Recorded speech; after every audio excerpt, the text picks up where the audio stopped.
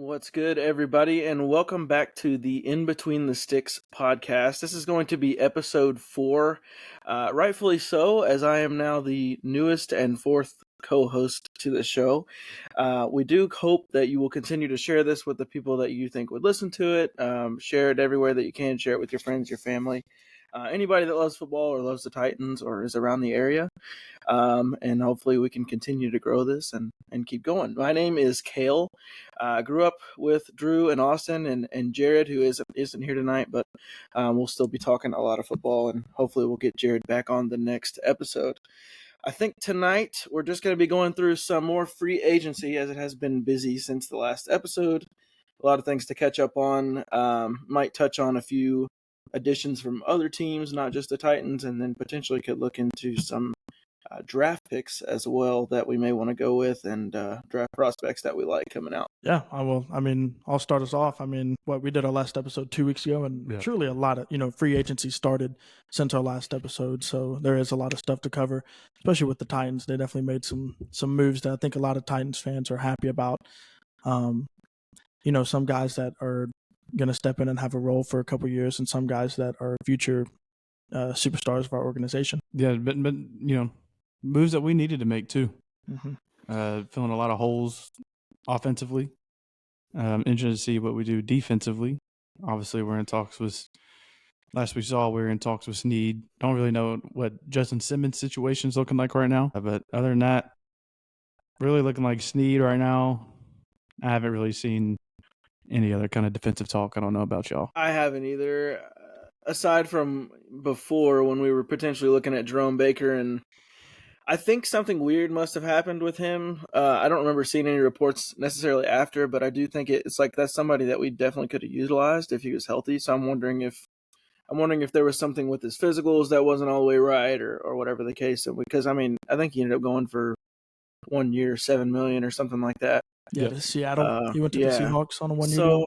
And I think that'll be a good fit for him, but it's something that it is a hole for us now. So it's like, but I will say I appreciate the intentionality of going after these pieces that, can help flip your team over quickly. I mean, we already saw it with the Jags last year. Like, teams can flip over, have a terrible season, and then automatically be in the playoffs next year, depending on how you roll with the offseason free agency draft and all that. So, I mean, Sneed is the one that we still seem to potentially be in on. It's hard to tell what is concrete with, how much we've talked to him, but it seems like there might be a potential holdup on the money side of it for him as far as us having to pay him, because he is right in the middle of his prime and would be wanting upwards of 20 plus million a year. So yeah, last thing I saw was we offered our 2025 third rounder for next year, and also a 4-year, $80 million contract,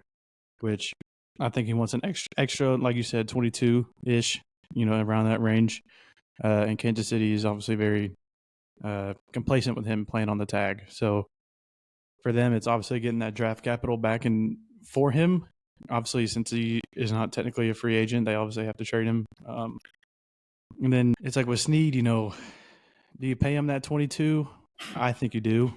I think you find some kind of way, incentive-based, anything like that. But it just comes down to if you want to throw all your eggs in one basket or not, pretty much.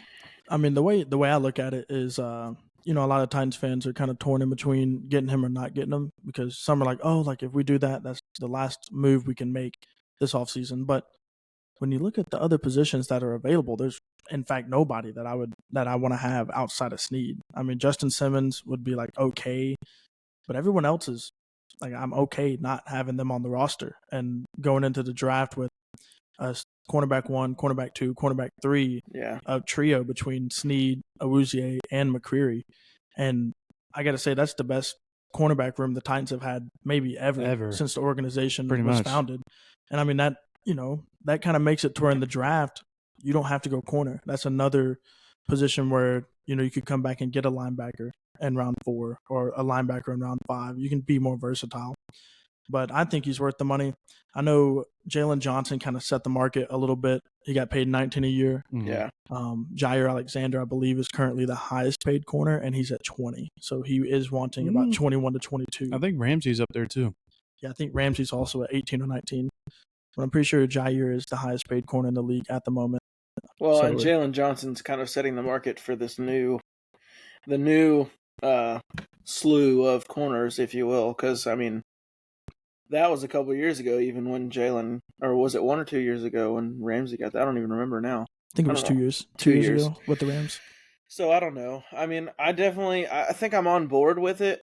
I'm curious to, like, if money was the issue, does that mean Kansas City has already kind of agreed to that third round for next year? Because obviously we don't have one this year. So I'm like wondering that, but also I know that I think the Colts were in it at one time, and it seemed like it was pretty close. So I just don't know. I don't know if it's us or them kind of going back and forth on what we'd potentially give him over 3 or 4 years. But me personally, I agree as well that I think he would be a great fit, because then you kind of narrow down your holes on defense to probably the biggest one being linebacker. And then, with Sneed and Awuzie, you would have McCreary being able to play in his comfortable spot and be in the slot more. And I mean, you'd potentially be looking at McCreary as a 2 or a 3, not the 1, which he kind of was when Fulton was struggling like he was. So, and that's another interesting story that I think Fulton's fixing to get picked up too. So, I mean, he did get picked up. He went to the Chargers. Chargers on a 1-year deal. Was it? Yeah, was it official? Yeah. I think I saw that earlier today.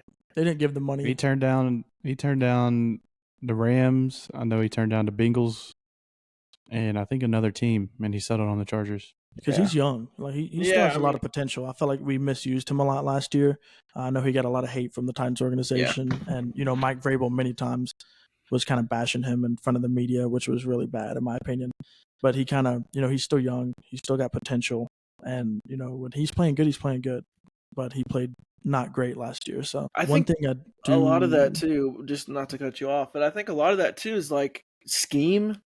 Like, I don't know. It just feels like the Titans have had a history of not using their players to fit their skill sets, and more. It's almost feels like we're trying to fit their skill sets into the scheme that they want to run. Like, it's one thing Callahan talks about, even on offense. He's like, we know the guys we're gonna have, and we're gonna fit our offense to what Levis is comfortable with, to what now Calvin Ridley and D-Hop are comfortable with, because they're all going to play better when you do that. And it feels like the coaches kind of had a different mindset on that in the last few years. So that's one thing I'm really excited about with Callahan. So what were you going to say, Roller?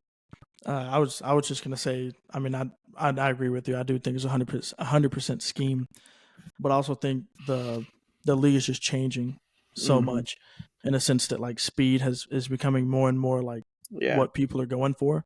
And like that was the main thing that Rand and Brian were, saying this whole offseason was, hey, like we're going after speed.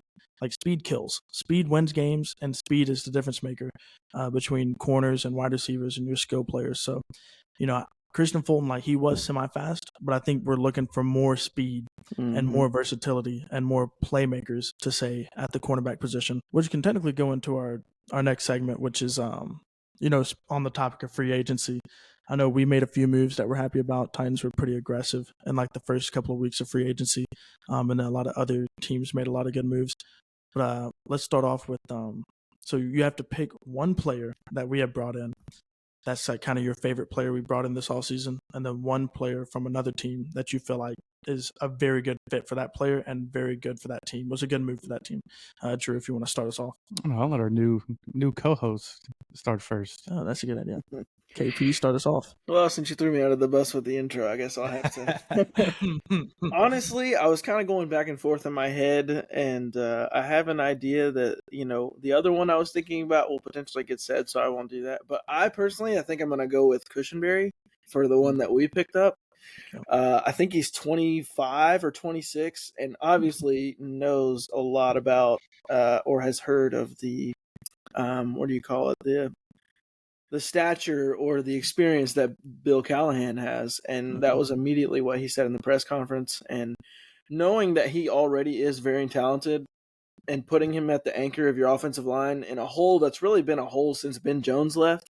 Brewer just kind of filled in and did as best he could, but being undersized and all that, I do think, you've really shored up your interior part of your line with Skoronski and Cushenberry, and I'm guessing Brunskill potentially could move around, but probably Brunskill to start off with. So I really like that, and he's young, and I think he deserved the money that he got. So that was probably my favorite in regards to what we picked up.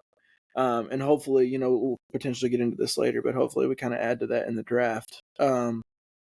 In terms of other teams, this is going to be a little bit hometown probably, but I was open to and I'm happy with the idea of moving on from Derrick Henry, but I do think that they're at least going to have a little bit better chance. I mean, I think you're probably going to have to go up against somebody like the Chiefs or, the Bills. I mean, it's not going to be easy, but I do think he gives the Ravens a little bit more of a different kind of versatility. I mean, obviously, he's not going to hit you in the mouth and run past all your corners. Like, he's a power guy. But mixing that with the speed and video game-like nature that Lamar uses in game, I don't know. It seems very difficult to try to game plan for that. I mean, used to when we played, you had Tannehill, right? You had Tannehill is going to hand the ball. You're not necessarily worried about Tannehill running. He will, but you knew we were just going to line Derrick up in the backfield and give it to him. With Lamar, it's like, can't really stack the box too much because he's going to throw it or he's going to, I don't know, he's going to run. So see, that's like where that I'm pickup for the different. Ravens. Okay, that's where I'm different. This is about opinions here. So I'd be curious to hear what your thoughts are on that. But I potentially just think it could be versatile. If I'm a Ravens fan right now, I am obviously over the moon that we just got Derrick Henry on our team, right? But Baltimore is about to feel what Titans have felt for the past 3 years, where yes, you have Lamar Jackson. He can run all over the field, right? But B, hasn't really established himself as a passer, right? You talk to Taylor, like when the playoffs were going on, Taylor Lewan went on Kay and Adams' show, and she was asking, like, "Oh, how do you stop this Ravens team?" Yeah. And Taylor Lewan said, "Look back on whatever year it was when we played them." He said, "That's exactly how you do it. You send 8 dudes on a blitz, and you make him throw the ball." That's a good point. Now you have still have Lamar Jackson, obviously. Like I said, not really an established passer in my opinion. And then B, you're adding Derrick Henry into the mix. Derrick Henry is not a receiving back. If he is on the field, more than not, it's either him or Lamar that's going to run. And you can game plan for that. You can technically stack that box, but you also have to set the edge for Lamar. Setting the edge for Derrick Henry ain't really that hard. He's not the running back he used to be when he had those 2,000 yards. That's just my opinion. I think they could be really good for sure if Lamar can, actually show that he can throw that ball around. But there's also the possibility where this might hurt them by signing a player like him, where they just become one-dimensional, just how we were. Yep. I mean, and also, their offensive line definitely is taking a little bit of a step back from last year. But also, Zay Flowers, there's the big question mark on if he's going to be able to play this upcoming season due to the allegations going off the field. But like, if Zay Flowers can't play, that Baltimore team is in trouble. Mark Andrews, that's it. Yeah, you are. You're potentially looking at him forcing to Mark Andrews, which I was going to mention. As far as that goes, like, I think their offense definitely struggled, number one, when Mark Andrews was out injured, but also, like, even in the games where maybe their receivers weren't getting open or whatever, in the case that Lamar does need to throw it, I feel like he pretty much starts forcing it to Mark Andrews. With my point on that, I just mean that you have to, if I'm looking at a Ravens team, right, and I'm saying if we were going to lose, how are we going to allow them to beat us? And for me, if I'm a defensive coordinator and head coach of another team, I am perfectly okay if Lamar comes out here and just has a career day throwing the ball, because that is a anomaly in his career right now. I'm not allowing him to run for 150-plus yards. Derrick Henry right behind him to run for another 100 yards. It's not happening, because what they actually have included now with them, which actually might benefit them, how it benefited us a couple of years ago, their time of possession is going to go up crazy. Like they are going to just drain the clock against these teams by their running ability, if they can obviously get it going. You're also really going to have a beefed up offensive line, because Derrick Henry is a massive individual. And we talked about it last episode, where Derrick Henry runs into the back of his offensive line a few times, but it's because he's so big. Like, the holes have to be a lot bigger in order for him to make it through and keep running. They got to be like Nashville pothole size holes. Yeah, so they got to be huge. Like, they got to be massive. But I agree with Drew though. Like, Derrick Henry, I think, has the potential to be like extremely good in Baltimore next year, and I think Baltimore has a chance But if Zay Flowers doesn't play and Lamar Jackson can't throw the ball, they're going to be stopped. I mean, a running back can only take you so far. And he wasn't really much of a factor last year, but he is just a depth position guy that won't be there again this year. Is Odell Beckham is leaving. Mm-hmm. He's more than likely he's about to sign with the Dolphins. Yep. And Rashad Bateman's gone too. Not that he was like some all-star playmaker, but still, I mean, you basically if Zay Flowers doesn't play, you don't have a receiver. I don't even know who's next in line. Devin Duvernay, maybe. Like, I mean, I think he signed somewhere else. He was a free agent. I mean, you're screwed. I mean, who's Lamar throwing the ball to if he can accurately throw it? But like, I mean, you're screwed. Yeah. Well, I think that's solid points, and we can move on. But it's like he's going to have to throw it. I mean, we all know that teams are going to make him throw it. So really, it's going to depend on. I like the addition for Derek. I understand why he did it, and I think there was interest last year during the middle of the year. But I do think they're definitely going to. Yeah, I do think they're definitely going to need some receiver help if they want the run game to be as good as it could be. So. Yep. And I do like Cushenberry too. Cushenberry was honestly going to be my pick just because Me too. We had the number 31st center last year. Aaron Brewer was like second, like basically the worst player in pressures allowed. Yes, as a center, and which was just unbelievable. Cushenberry only let up 2 sacks all year last year. Yeah, and in his last 2 or 3 years has let up less than what Brewer gave up in 1 year. Like that is bizarre. Brewer's just undersized too, but I mean, we ain't got to spend time on that. We all know as Titans fans, we know how that is. But pure pain. But that is one thing, I saw somebody talk about on Twitter where him going to Miami might actually somehow, some way make him better because with their head coach that they got very much a screen pass, heavy kind of guy. And we saw a couple plays that we would hike the ball. We'd do like a bootleg.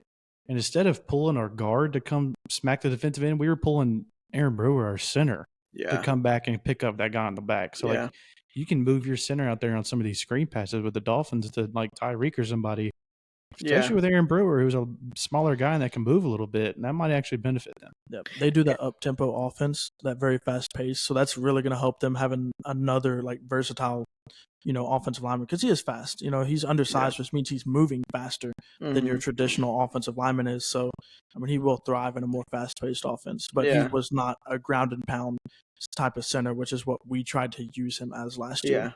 Yeah. I agree. And we can kind of wrap up my picks here, but I did want to – I think that goes back to coaching and scheme and being willing to use what you have with their skill set. Like, it felt the Titans have been very like, okay, let's just teach you the fundamentals.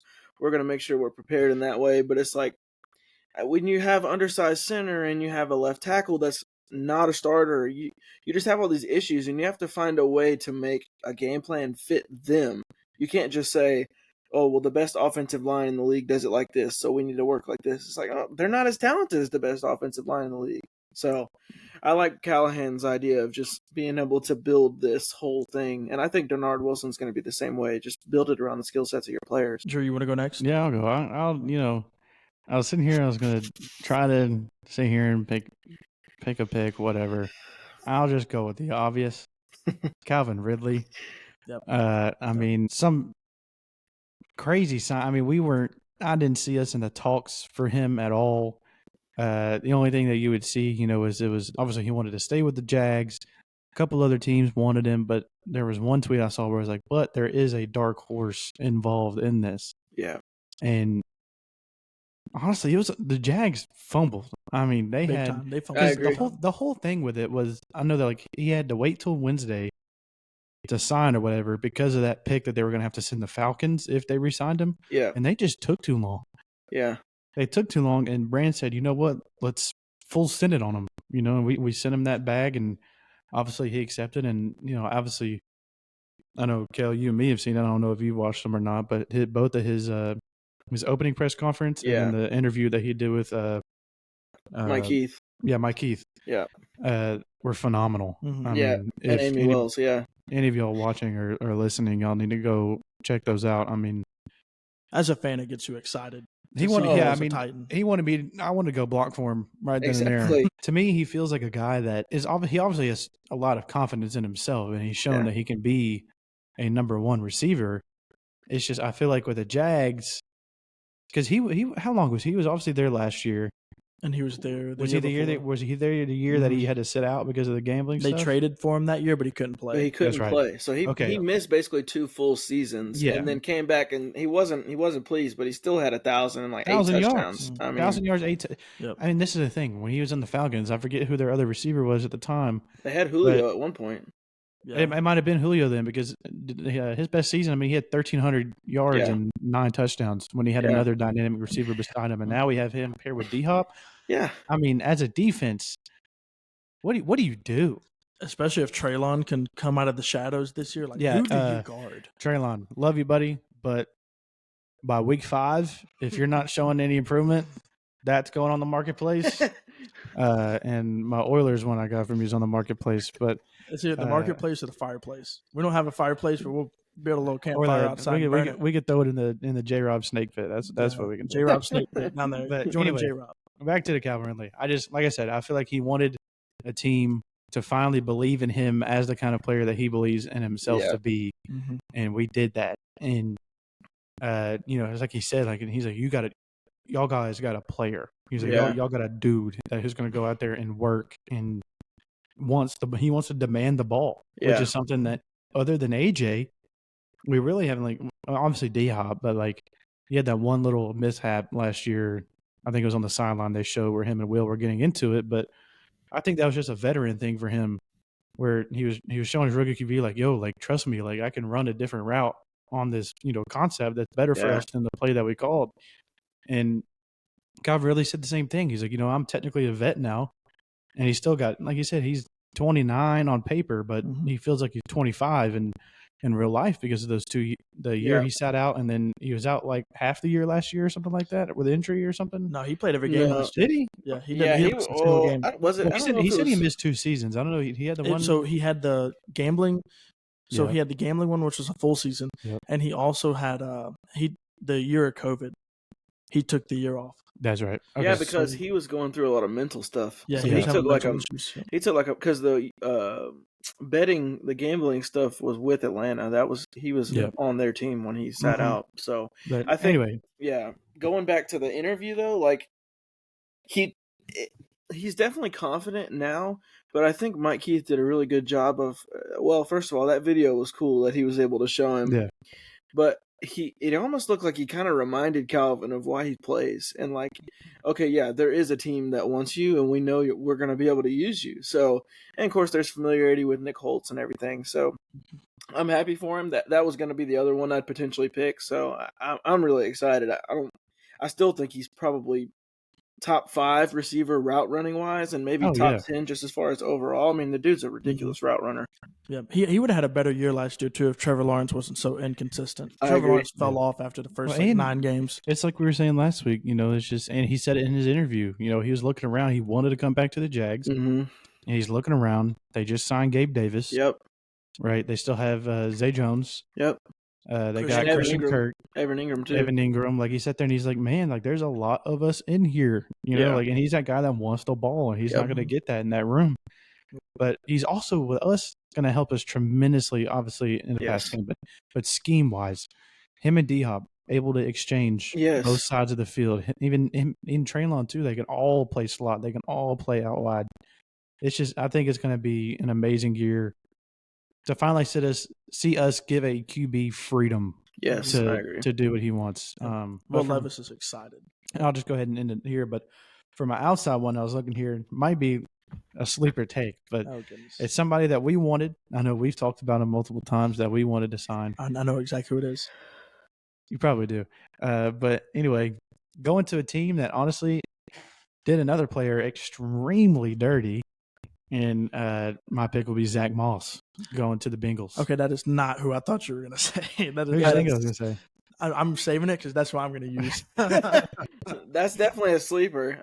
But we all talk. We love Zach Moss. We saw what he did to us. Yeah, torched us last year. He's also young still. Yeah. He's still young. He's still got a lot left in the tank. Don't like the way that the Bengals did it per se, because Joe Mixon was still there. They signed him, and all of a sudden they're like, "Oh, hey, Joe Mixon, here's the boot. Get out of the door." Joe Mixon's a dog too. Well, yeah, they were going to cut him. He was cut, and then next thing you know, about 5 minutes later, actually, you've been traded. Yeah, they were going to announce that they were going to cut him, and then they said, "You know what? Oh, actually, we're going to trade you off." But to me, Joe Mixon got honestly a much better, obviously, team to go to and has a better trajectory of where they want to go. But yeah, that'd be my pick. So yeah, what's yours? I agree. Zach Moss is a heck of a player, but I'm actually gonna keep it on the running back side because I think my favorite player that we've signed. I think he had a down year last year, but I think the Cowboys' offensive line took a major step back last season. Them getting older and a couple of injuries as well. Tony Pollard, Derrick Henry has been the king, and he will always be the king. I hope his jersey is in the rafters one day and he gets into the Titans Ring of Honor. Also, shout out before you finish that. Shout out to Woozier. I don't know if y'all saw that on Twitter or not. He said he was looking at what number to wear because he wore 22 with the Bengals. And he was trying to find what number to wear or whatever. And somebody said, I heard 22 just opened up. And he sat there and he said, no, I can't do that. That's out of respect. I got to leave that. Yep. He's the king. On top of that, shout out Tajay because he just did the same thing. Tajay Spears wore 22 at one point and he went to number 2. So he understands. I mean, there's so much respect there. It's just, I don't care what happens. Before the first game happens, we got to retire that number.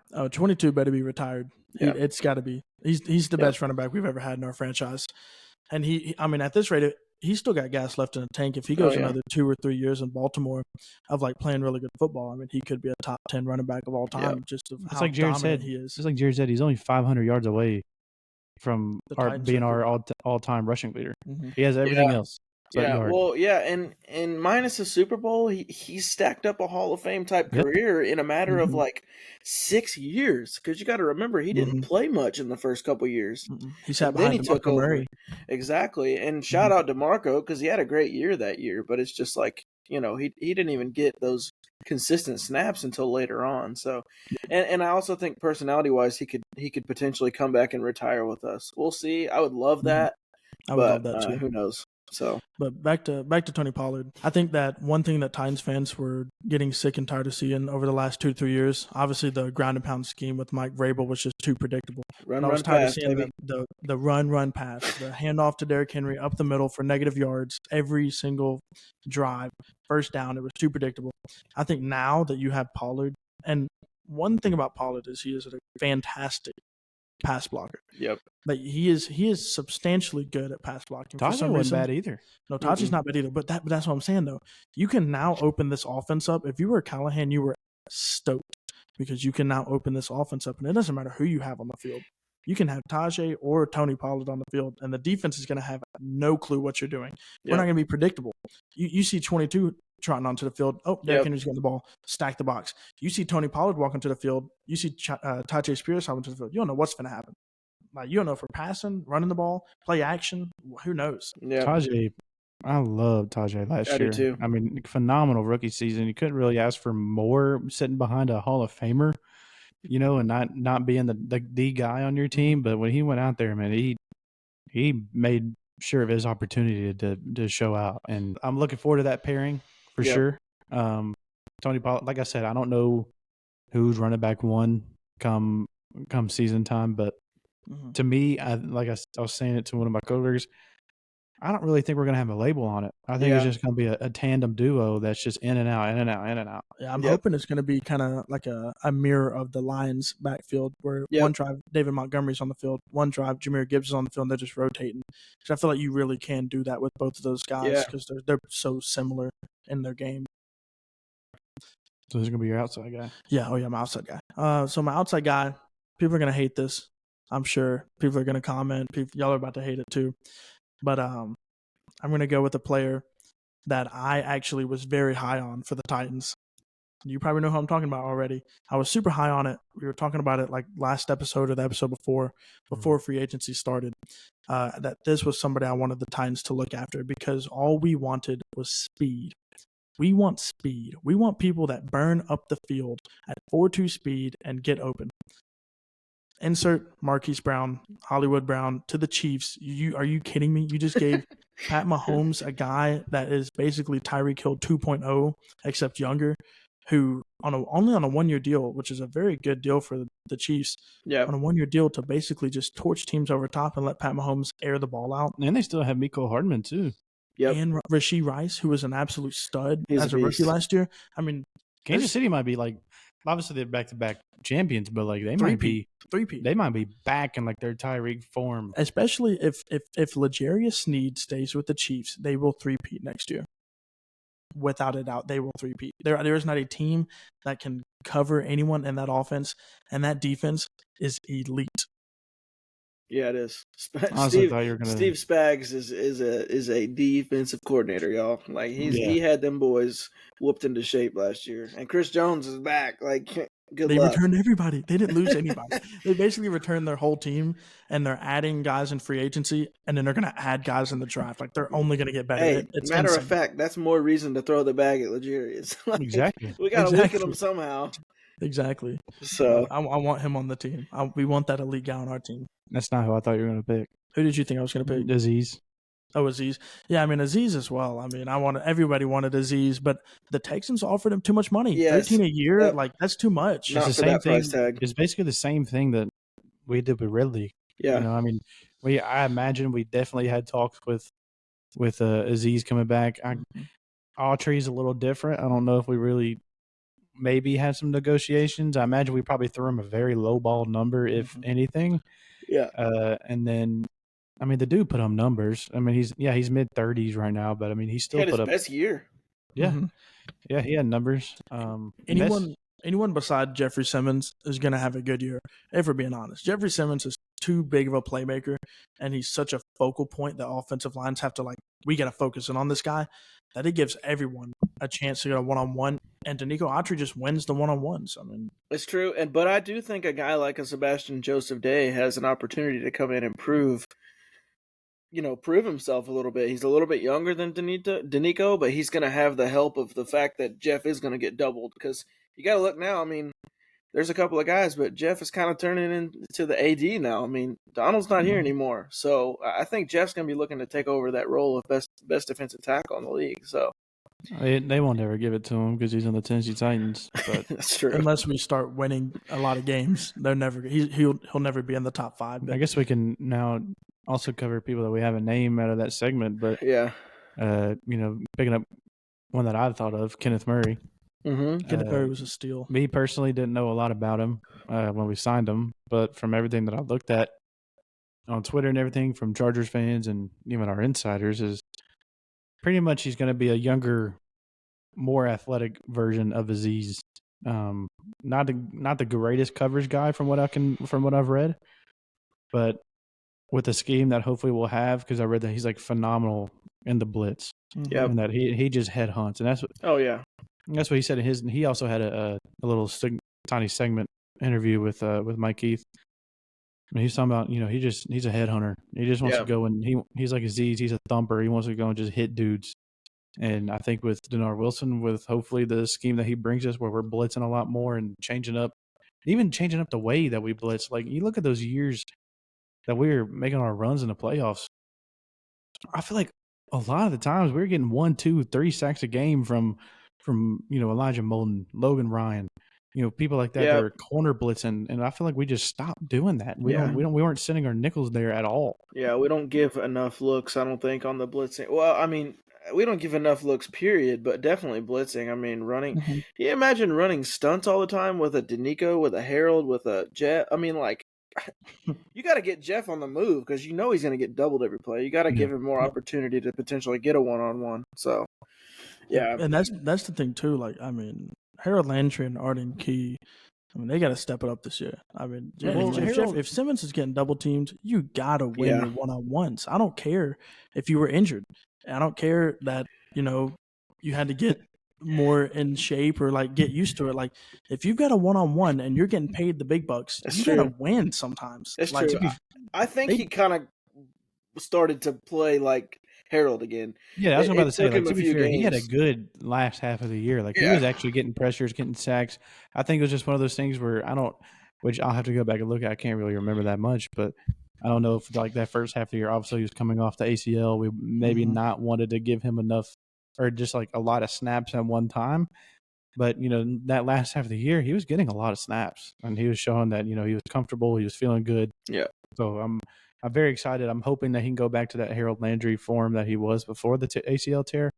And I think he showed, obviously, good signs towards the end of the year. But Arden Key, was rough. Phenomenal training camp. I mean, supposedly dude was just sacked. Which that's one thing I remember we were coming into the year last year talking about. We were like, is this dude that good, or is our offensive line that bad? And we found that answer out real fast. Yeah, we found that out bad, buddy. Andre Dillard, snake pit, easily snake pit. Not even the snake pit. He is in a massive ball of lava. And we also saw where we didn't label him as a post June 1st cut, so we're technically not getting the most money that we could out of him. They said gone, and hey, I don't blame him. I'm cool. I don't blame him. Here, let me bring up another segment real quick. Who would you rather have, Andre Dillard, Dennis Daly? Dennis Daly. Andre Dillard was so bad, and he was way more expensive than Daly. I think I actually might just want not to have that offensive lineman on the field and just run with. Let's just go forward. Hey, just throw Chig out there on left tackle. Honestly, yeah, throw Josh Wiley out there or something, dude. That we had. Oh God, he was so bad. I mean, that's the thing too, though. Like, we can't get worse than last year. Like, there is no getting worse. It doesn't matter who we draft at left tackle.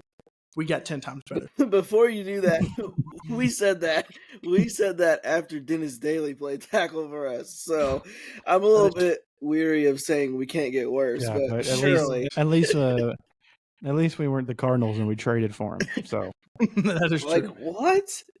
And that was coming from a GM of Monty Austinfort who used to be on our team. Yeah, who was our player personnel person and saw what this dude did in games. He said, "Yeah, let me trade for him. I want it." Doesn't make sense. Well, now I mean, Austinfort's like, dude, we can get this dude for like $10. He's terrible. Dude, yeah, that Commanders dude. We just signed him for $20. We signed him for a year, 1 year, $2.5 million. $2.5 million, yeah. Hey, that's honestly, and I'm glad you said that because Sadiq Charles, that's his name. Yeah, I think he was a steal of a pickup. He might be my number 15 for this year. I don't know what number he's going to wear, but he might be my number 15. He's young. He's young. He's 24. He played with Cushenberry at LSU. Yep. Yeah. I mean, he played at a crappy Washington Commanders offensive line. Like, of course, he didn't look great. Look at Skronsky. Skronsky looked like a freaking chump of change on the side of the road last year because of who he was playing with. But you get him next to his college teammate that they both were elite when they were in college. You get him next to his college teammate where he's comfortable. Might see some magic happen. Well, and that's like we were saying. I can't remember when we were talking about that. It wasn't on an episode, but you have Brunskill, you have Sadiq Charles now. Yep. You also have Radens.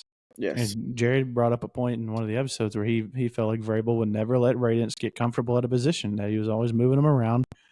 And I never really played the line like that, but I can imagine you're switching sides so much, you're trying to remember, okay, like I got to turn this way on that play and this way on that play. And, now you're switching 4 or 5 different positions. I think he played everything but the freaking center. Yeah. And hey, Ben Jones might have been concussed one game when he did play a couple snaps at center. Shout out Ben Jones. I would take a concussed Ben Jones at left tackle over Dillard and Daly. I'd take him lining up, drilling at the mouth. Yeah. Oh man, it is bad. It's so bad. But I will say one thing too that we got to think about now, and I don't want to lean on this too much, but there is an extent to which you have to, because one person we do have now is Bill Callahan, and from what I've heard about him, it's going to completely change everything. I mean, everybody loves him. They learn more, and they feel like he creates an environment where they can be comfortable and play at their best, and so. That's going to be super crucial, having all these younger guys, minus maybe somebody like Brunskill, who's a veteran. But, I mean, you're potentially going to have, a rookie left tackle and move over from there. So, second-year left guard. So, Bill Callahan's going to be huge for us. I'm excited about that. Was it you, Kel, earlier that said Mike Vrabel never really, pended towards the, strong suits of players? Yeah. So, that's what Bill Callahan does, though. Because Titans fans need to realize that we don't have enough moves this offseason to fill the roster. Yeah. I think we're realizing that now. But our right tackle is either Dylan Radens or Petit Fryer. Yeah. We've already got 2 guys in the room. There's no need to add a third. One of those guys is starting. Yeah. But I'm more confident going into this upcoming year than I was last year with those 2 guys. I agree. Because we have Bill Callahan. Bill Callahan is going to make sure that we're going to play to their strong suit. Yeah. He knows what type of players we have in those 2. I mean, we're gonna play football, and he's gonna use them to their best ability. And I don't think we had a really good O-line coach. I didn't know much about him. I know that the players before this last guy did not like Keith Carter either. So it's just like specifically. exactly. So you have all these guys that we don't really know what they're. I can't tell you much about an offensive line scheme, but I can tell you if your players don't receive your coaching well, it's not going to end up well. So you have to make sure people are comfortable. And I mean, Callahan is going to be able to do that. Like you can't just say, "Oh, here's the fundamentals," and like hope that they become one of the best O linemen. And I mean, look at any other sport. Like you have to find your players, figure out what they do well, and then allow them to do that. Like I don't know. That's just the whole part of like. I think Mike Vrabel was a part of the older NFL, like old school punch you in the mouth type deal. When now there's all this offensive and scheme and mindset, and like how can we adapt? Like you're always going to have to adapt to something. So, So to go a little bit like on the how much an offensive line coach like because I don't think people understand like how important your offensive line coach is. Shout out Ezo Harding, played 2 years offensive line there. But an offensive line coach is so important because nowadays in the NFL, you have all these they're cross rushes, right? So you got your D tackle and you got your defensive end. What you're seeing a lot of times is they pass each other off. Running Jeffrey stones. Simmons did a lot last year where he goes outside and the guy on the edge comes inside. Mm-hmm. And what that does is if you don't have a good offensive line coach and they haven't instilled in that offensive line how to pass and communicate with each other without saying something, you're screwed. Yeah. And another thing too is you can game plan the players you're playing. Last year we played TJ Watt. TJ Watt's a speed rusher. He's coming off the edge with speed. Your right tackle is not going to be able to go step for step with him. But what he can do is your right tackle, if they're sending forward, your right tackle can play more towards the outside and force TJ Watt back inside. And that's where your right guard can hit him, right? Yeah. And then you've stopped him completely instead of just leaving your right tackle on an island and letting him get murdered all game by TJ Watt. Or have your tight end chip block him before he runs out. Just slow him down a little bit. Any way you slow down a speed rusher in the slightest throws off their game. Your right tackle, your left tackle has about 70, 80 pounds on those speed rushers. So if they get their hands on them, they're stuck. But it's just about actually catching up to them. So it's just scheme. Yes, like you're saying, that's exactly what I was about to say. Is scheme. So having a coach that's going to be ready for that is so crucial. But I wanted to touch on this too, and maybe we can use this to kind of segue into whatever we're going to potentially close out with. I don't know how long we've gone. I'm kind of losing track of time anyway. The draft. I'm sure we can. I mean, now that we've been some free agent moves, we can kind of talk about the draft a little bit now. Yeah. Like where we each think, because we can all three talk about where we think we're going to go that 1, 2, 4 round now. So we can go around at that point. And I want to say, just to segue into that, I feel like what is changing right now and might be the best thing that's changing about our organization is the culture. And what's interesting is we've actually heard a lot about how people, it seemed like Vrabel created a great culture and he was a good motivator. But now that he's gone, there's a little bit of this like, a lot of them say that. Like I know Lawan and them have a good relationship with him, but then there was like this other side of the locker room that didn't feel comfortable with Vrabel or whatever. So I will say what I've heard in a lot of the newer interviews that have come out. Also, to piggyback off that, flashback to Brian's first couple of press conferences. He talked about wanting to build a culture of people that want to come into work every day, ready to come into work, ready to be around people that want to get to work, and instill that in our whole building.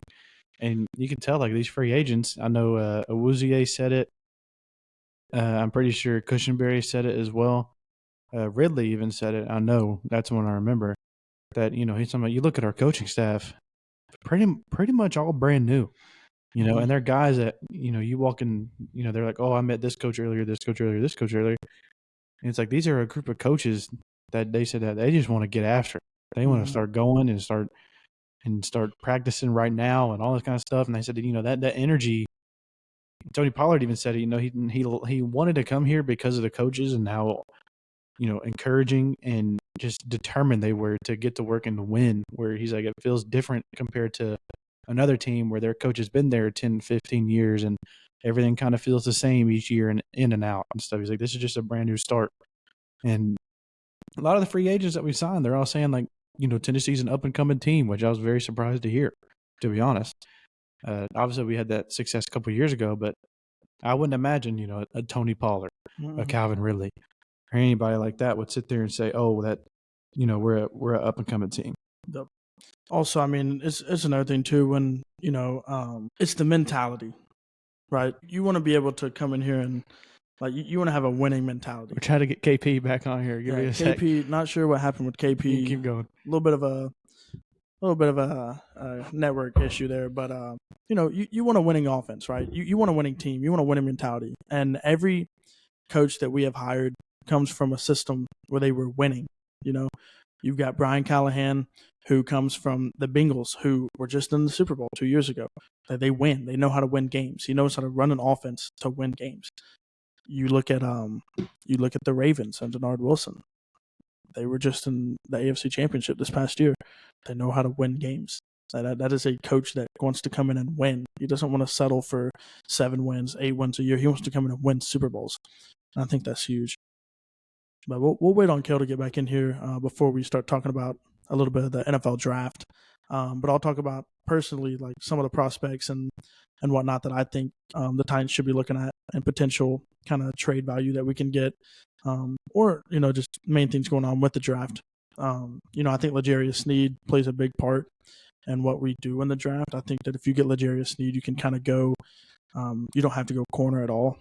And you can kind of focus point other positions of need. But also, the Titans weren't at Joe Walt's pro day 2 days ago, which now I know like pro days aren't the end of the world. And I'm not saying that the Titans are no longer interested in taking Joe Walt at 7, but I do think it's interesting.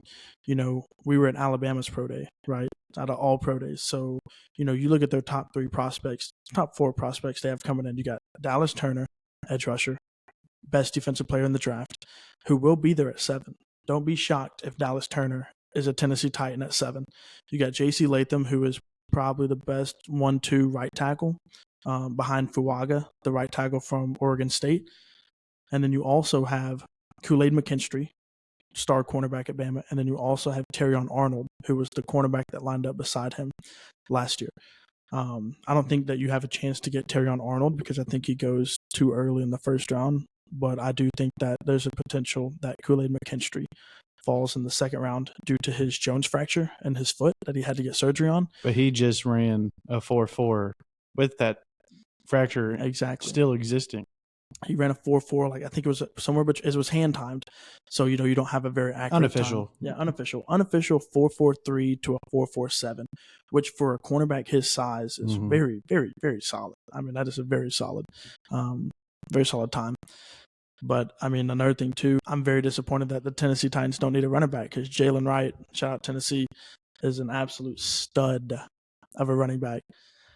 But, no, we won't draft him. But moving on past that, in the later rounds, like I was saying, L'Jarius Sneed, if you don't get L'Jarius Sneed, you have to go corner either your first, second, or fourth round. Because I think Titans fans need to realize now, because I wanted Rome Odunze so bad. I was the biggest, you can ask Drew, I was the biggest Rome Odunze fan, and I was sitting here dying on the hill that I wanted the Tennessee Titans to draft Rome Odunze. But you got Calvin Ridley. You no longer need to take a receiver in the first 2 rounds anymore, in my opinion. I think that there's other positions of need, especially if you don't get L'Jarius Sneed. I mean, cornerback has to be that number 2 spot because you don't have a CB1. And I hate to say it, but you can't go out on the field with undrafted Trey Avery as your CB1 or CB2, and that's just me talking. But I think we're getting Kel back in here right now. He's sitting here loading. Can you hear me, Kel? Yep, I can hear you. Okay, sweet. We just can't see you. It might be your camera not be on. Yeah, we can't see at the moment, but if it's I can't see y'all either. Okay, well, as long as you can hear us, and we can keep talking, we'll just keep rolling. Yep. And we can roll into the draft stuff. But I was actually just saying, Kel, before you had some difficulties, I was saying that this draft really depends on if we get L'Jarius Sneed or not. I feel like if you get L'Jarius Sneed, you can go so many different ways.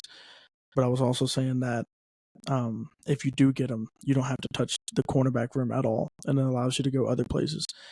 And now that you have Calvin Ridley, wide receiver is no longer a need in the first, second, and potentially fourth round. You can kind of go elsewhere. I differ. I think because at the end of the day, these are all just assumptions, right? We have exactly no idea on what we are planning to do with that number 7 pick. Zero clue. Yeah. Here's a dilemma that I am in. I watch another Times podcast called the Sick Podcast. Shout out to y'all if you'll ever see this. They're talking about obviously our pick as well, and it comes down to even if it is Neighbors or Dunze, or in the slightest chance that Marvin Harrison slides down, either of those three are there at 7. If you take them, either one, you have arguably the best receiving core in the whole NFL on the Titans roster. You have a young rookie who either one of them three is a generational talent. Yep. Calvin Ridley, number 1 receiver, we just signed for 4 years. And D-Hop, granted he's on his last year of his contract with us. I've said it once, I'll say it again. Fully want us to extend him. Don't know what that looks. I don't want to obviously sit here and give him a 4-year, 5-year, whatever. But 2-year, a little 2-year, 3-year even, I'll be fine with. Because he's shown he can still be DeAndre Hopkins, even on a team where he was the number 1 guy and getting a lot of attention. But like I was saying with that pick, because this year, Titans fans need to realize this isn't a make or break year for us. We have 7 picks going into the next year's draft, not this year's draft. We have 7 picks in the next year's draft. So we got draft picks. That's also a thing where Rand has said, we don't have a 3rd-round pick right now, but that doesn't mean we won't have one come draft day. So we have no idea what that's going to look like. But this year for the Tennessee Titans is, in my opinion, he already is, but from what I've heard and everybody else talking, this year for the Tennessee Titans is for to see if Will Levis is going to be the guy for us. Yep. And how much better of a chance can you possibly have to give him Calvin Ridley, DeAndre Hopkins, and possibly Odunze Neighbors or Marvin Harrison Jr. Left tackle, very deep in this draft. We know that. Receiver, people are saying it's very deep, but like we've said, it's a pretty steep drop off in the terms of talent. Big drop off after a couple guys have left. That's where I'm not going to be mad if we take Joe Alt at 7. Not going to be mad at all. Even if we take Fashanu or even I've seen some that have us taking Latham. Latham to me is like it'd be cool. It'll help our left tackle position, but if we pick him over, like if Alt's there and we pick, I would be upset if we did that. Yeah. But to me, that's not happening. There's no way. Here's the thing. It's like they said on the Zeke podcast too. There's absolutely zero chance that you can mess up with that pick. Yeah. There's absolutely zero chance. You can either get a great receiver or you can get a franchise left tackle. That's it. You literally can't miss. You can't miss. The only place you can miss, which I disagree with you, is taking an edge rusher at 7. I completely am not with that idea. I have heard Dallas Turner thrown out there. So yeah, that's what I said, Kel, before you got back in here. So here's my thoughts right here. That 1st-round pick number 7, is non-negotiable, a not trade back pick. Yeah. Because you have the Cardinals that are wanting to trade back, and you also have the Chargers, who are also a potential trade back team. At that number 7 pick, you are going to have the cream of the crop choice of whatever position you want, right? Because we don't need a quarterback. Thank goodness we don't need a quarterback. But at that number 7 pick, you are potentially going to have Joe Alt, who is the best left tackle, Dallas Turner, who's the best defensive player in the draft, or potentially Rome Odunze or Malik Neighbors, who are arguably the best receiver in the draft. Whereas if you trade back, what if Alt's gone? You're settling for less. At that number 7 spot, we are going to have our choice of whatever position of need that we want. We're going to take the best available. The best player at whatever position we go. Yep. I just don't think edge rusher is as big as a need for our team as a tackle, or because you think about receivers too, right? Like I said, D-Hop, last year of his contract. You can extend him 2-3 years, whatever. Say you sign a rookie, you get a rookie wide receiver. Obviously, they're 4 years and a cheap 4 years too. Now we just signed Ridley that 4-year, but realistically, it's probably got to be at least a 2 or 3 year, depending on how he plays. If he comes out here and he's playing the best Calvin Ridley football he can play, he'll be here the whole 4 years.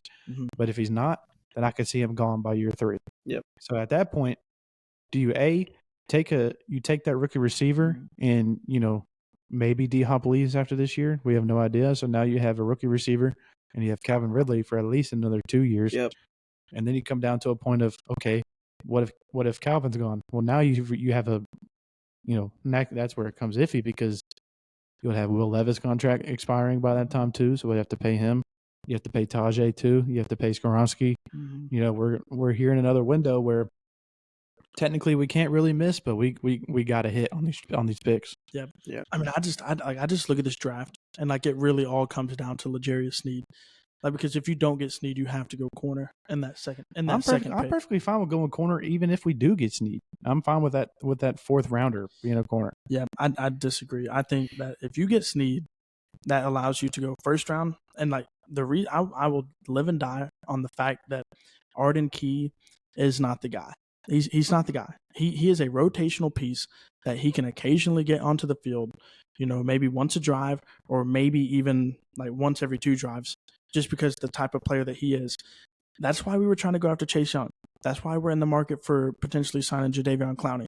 That's why we were going for some of these edge rushers, because Arden Key is not meant to be a full-time starter at the edge position. So what do? You go get the best edge rusher and the best defensive player in this draft, because an amazing edge rusher can make up for an okay secondary. Look at all the amazing teams in the league. They have got an absolute monstrous front seven and an okay secondary. The Ravens, monstrous front seven, okay secondary. 49ers, monstrous front seven, okay secondary. The Chiefs are the only real kind of like example of them not being that. They're all around. Like, I mean, if you get Dallas Turner, you were getting, mind you, Will Anderson went in the draft last year and he was the first defensive player off the board at 3. Dallas Turner is better than Will Anderson, and we have the option to get him at 7. I just don't see us 7 is hard for me to like. I feel like if Joe Alt is there, you can't take Turner. Now, if Alt's off the board, I think it's maybe a higher possibility. But I mean, I'm still on the train of, well, I guess it does depend on Sneed in this case, Austin. Like you say, like if we do get Sneed, I'm kind of on board with Joe Alt at 7, and then I would like to take another receiver at 38, and then potentially if you could pick up a third, probably not. You go to 4th, and you would pick up a corner, like somebody like a Cam Hart, which obviously I'm a little biased, but I do think there's good enough corners depth wise that you could potentially get in the 4th round, especially if you got Sneed. So that's kind of where I'm at. I definitely understand the Dallas Turner hype. I think he's a beast, but as far as picking him at 7, I mean, Alt would have to be gone for me to even consider that. And even still, there's 2 or 3 other tackles that you could potentially take there or trade back a few picks and take there. I mean, hey, if we get Dallas Turner 7 and he comes out and has a Will Anderson kind of year, yeah, I'll eat my words. I'll admit that, I'll say, okay, whatever, cool pick. I mean, look at TJ Watt too. It's the same thing. He's a game wrecker. I just they make plays. With the way that the league is right now, especially the teams that are picking before us. Yeah, Cardinals. This is the thing with the Cardinals. Yes, they're at 4. They are saying that they're open on trading back. Mm-hmm. To me, I think that's smoke in the water or smoke in the air. I don't really think they're doing that because yes, they don't need a quarterback. Me personally, I would try to probably move on from Kyler Murray. I don't really think he's that great, but you have the chance to draft a generational wide receiver in Harrison Jr. or a Dunze or any of the top 3. Mm-hmm. I don't see a world where the Cardinals, if they do trade back, maybe a spot or 2, but nothing past the top 10 at all.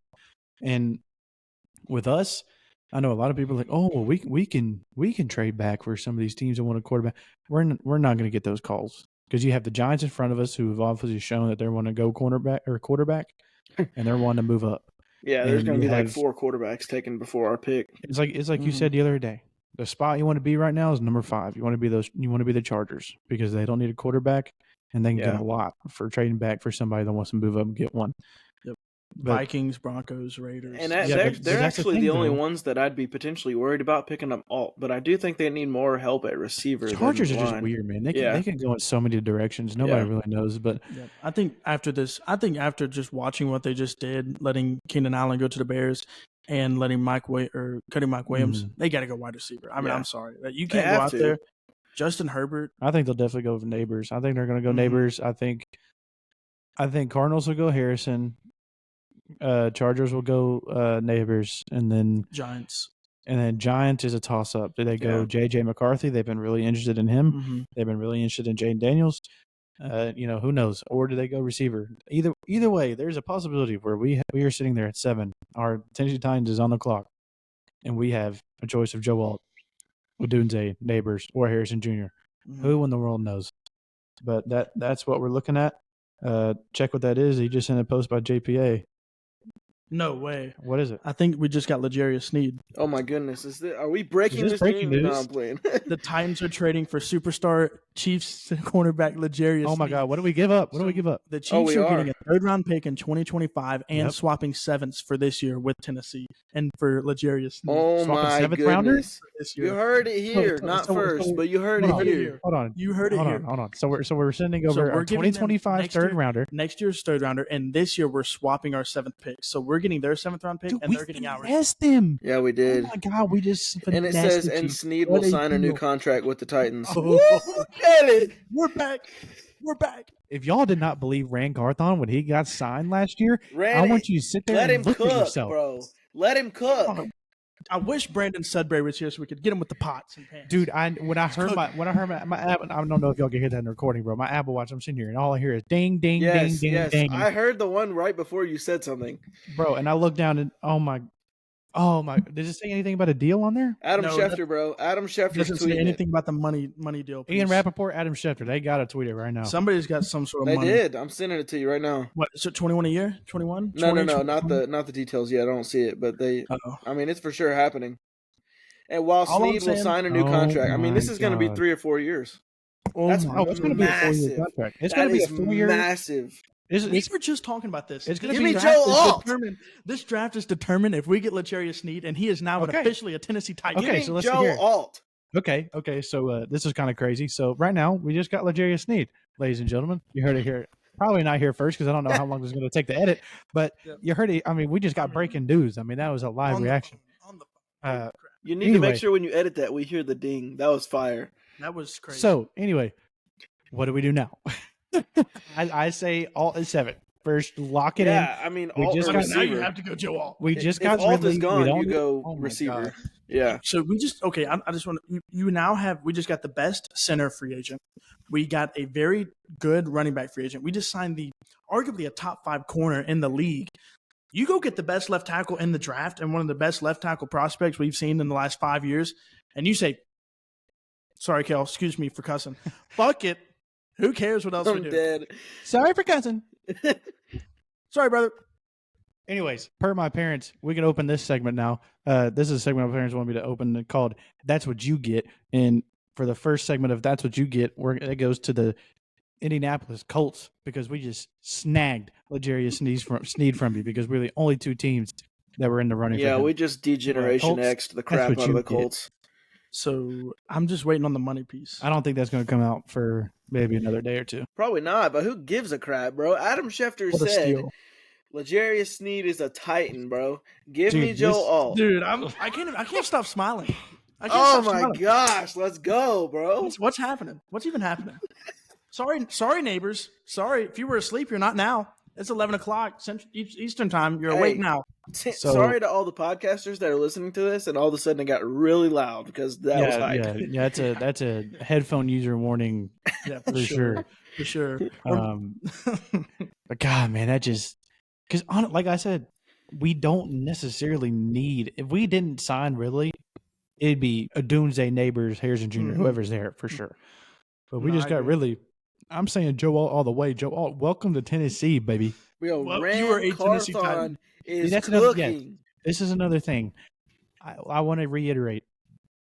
We get Rand Carthon last year. A lot of people, which we've talked about it. We loved him. We loved him. It's quoted as one of the guys that built that 49ers team, and he's just showing exactly what he did. Absolutely. Here in Tennessee.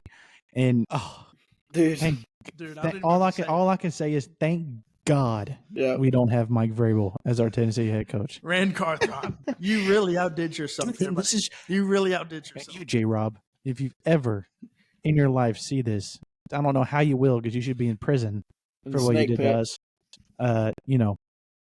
This is what you were supposed to. This is how you do your job, buddy. This is how you do it right here. You go out and you say, "Oh, this is number one guy in his position. That's could potentially be on our team.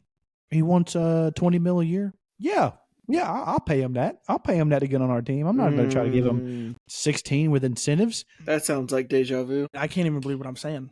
I don't Wow, know what to think. that is insane. I felt like I was on SportsCenter right there. I'm not even going to lie. Honestly, though, that was wild. That was wild. Fourth podcast. I feel like Pat McAfee. I do feel like Pat McAfee.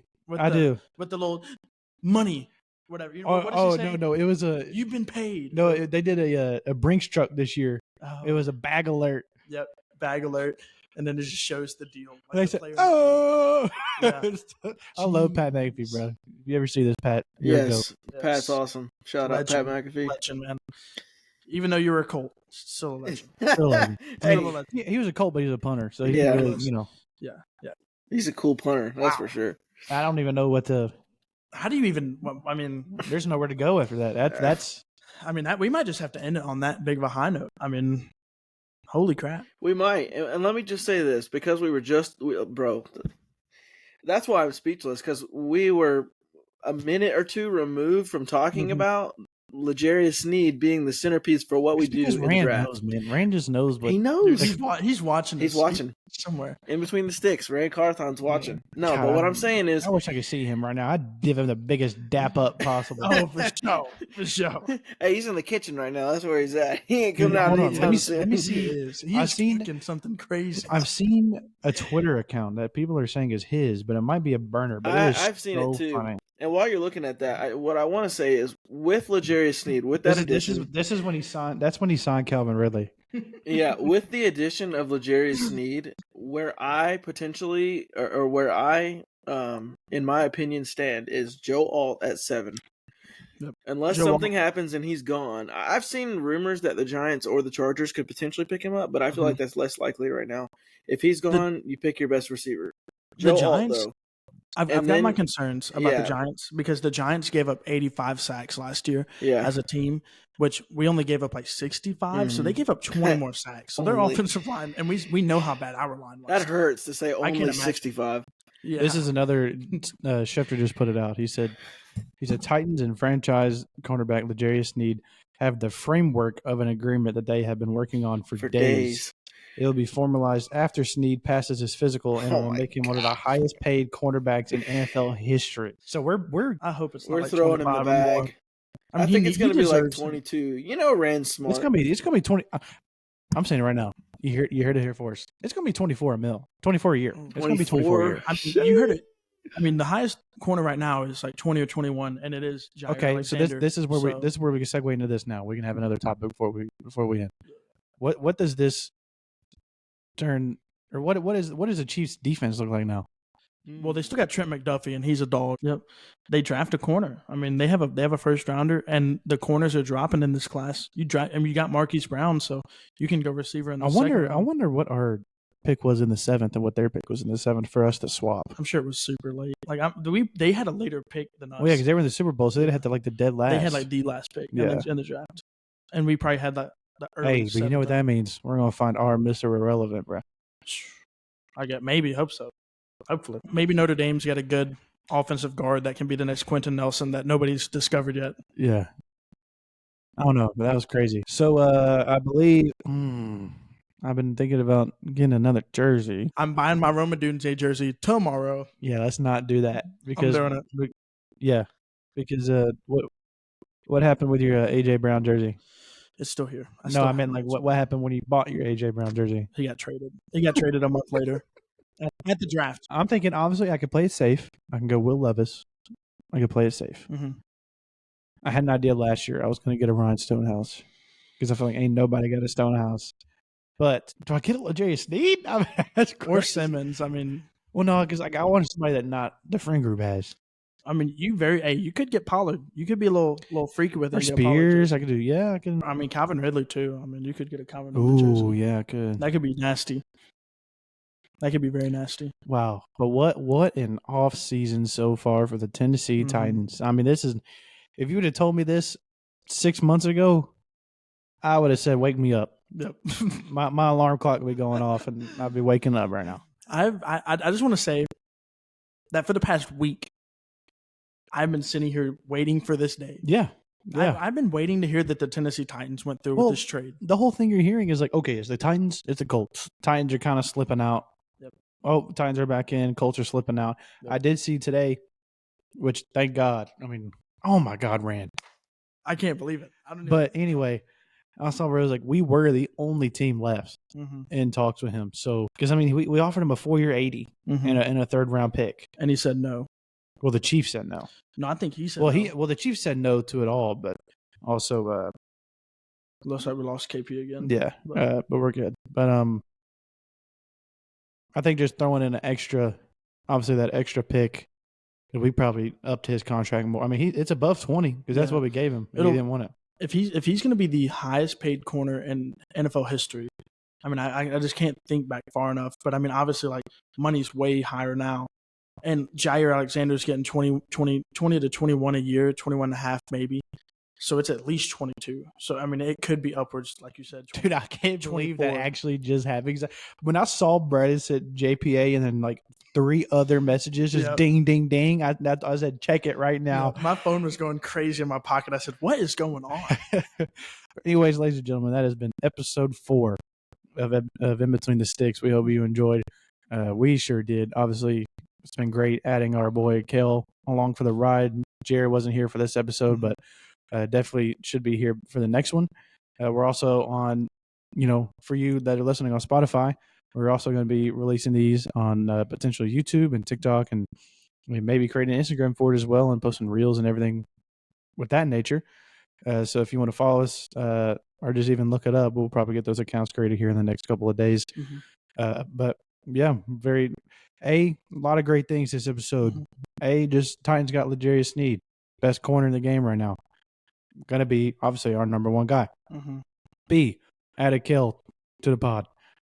Loving that. Speaking of, here he is as we're doing the outro. He's loading back. And then C, we just killed 2 birds, 1 stone. We've been wanting to do video here for the past couple of weeks. Just hadn't know what this is going to look like. And shout out Kel for finding this software for us that we can use. We're hoping that it turns out well. From our side, it looks great, sounds great. So we're hoping y'all like it, and we'll see y'all. Especially with this new software, we should be able to actually get one of these out every week because we don't have to everyone be here. And the editing shouldn't. Yeah, and everything. So, and with video based and everything like that, like there might not be much edits for us to do. Yeah. So, but anyways, that was episode 4. Crazy news. Crazy news. Can't wait to see what else we do or not do, and then see what we're looking like for the draft. If you liked the episode, leave a comment about what you want to see in the next episode. Leave a like, leave a follow. We appreciate you for listening in. And shout out Justin. I've seen your comment. I hope that was more laughter in this episode for you. All right, peace, y'all. Peace.